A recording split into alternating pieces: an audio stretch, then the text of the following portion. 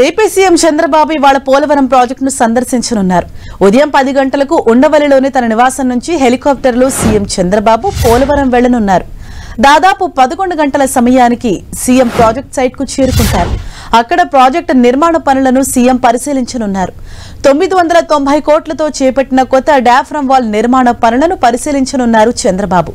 Upper coffer dam, lower coffer dam పనులను పరిశీలిస్తారు. అనంతరం ప్రాజెక్టు కార్యాలయంలో ఉన్నతాధికారులతో సీఎం చంద్రబాబు సమీక్ష చేయనున్నారు. సహాయ పునరావాస కార్యక్రమాలు, కాంట్రాక్టు సంస్థలు, ఇంజనీర్లతో సమీక్షిస్తారు.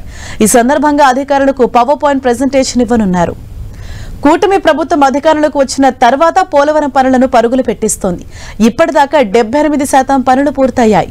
2019 నాటికి 71% మేర పూర్తయిన ప్రాజెక్టు పనులు తర్వాతి 5 ఏళ్లలో దాదాపు 4% అయినట్లు కూటమి నేతలు చెబుతున్నారు.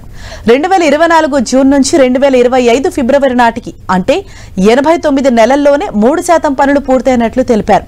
హెడ్ వర్క్స్ పనులు 76%, కుడి కాలువ పనులు 93%, భూసేకరణ, సహాయ పునరావాసం 25% మేర జరిగాయి.